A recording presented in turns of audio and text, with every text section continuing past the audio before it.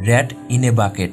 অস্বস্তিকর পরিস্থিতির মধ্যে পড়লে ইঁদুরেরাও অস্থির ও হিংস্র হয়ে ওঠে। ইঁদুরের এই স্বভাবকে অস্ত্র বানিয়েই এই মরণযন্ত্র তৈরি করা হতো। জ্যান্ত ইঁদুরদের একটি বালতির মধ্যে ঢুকিয়ে সেটি উল্টো করে রেখে দেওয়া হতো অপরাধীর পেটের উপরে। তারপর ধাতুর তৈরি বালতির উপর রাখা হতো জ্বলন্ত গরম কয়লা, যার ফলে ধাতুর তৈরি বালতি গরম হয়ে যেত আর ইঁদুরগুলো প্রচন্ড গরম অনুভব করত। এরূপ পরিস্থিতি থেকে বাঁচার জন্য অপরাধীর পেট ছিঁড়ে ইঁদুরগুলো তার দেহের ভেতরে প্রবেশ করে যেত আর দেহের ভেতরে থাকা নাড়ি ও অঙ্গ প্রত্যঙ্গগুলো লন্ডভন্ড করে ফেলত। তাতেও যদি তার মৃত্যু না হতো তাহলে সেই জ্বলন্ত কয়লা তার পেটের মধ্যে ঢুকিয়ে দেওয়া হতো, যার ফলে তার দেহের অংশ ঝলসে এক ভয়ঙ্কর মৃত্যু ঘটত।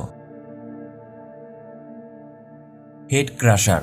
একটি মেশিনের মধ্যে অপরাধীর মাথা লোহার তৈরি টুপির মাধ্যমে আটকে দেওয়া হয়। তারপর উপর থেকে স্ক্রু ঘুরিয়ে চাপ সৃষ্টি করা হয়। এক পর্যায়ে চাপের মাধ্যমে তার মাথাটিকে ফাটিয়ে ফেলা হয়। চাপের কারণে আস্তে আস্তে দোষীর চোয়াল ভেঙে যেত আর চোখ দুটো বেরিয়ে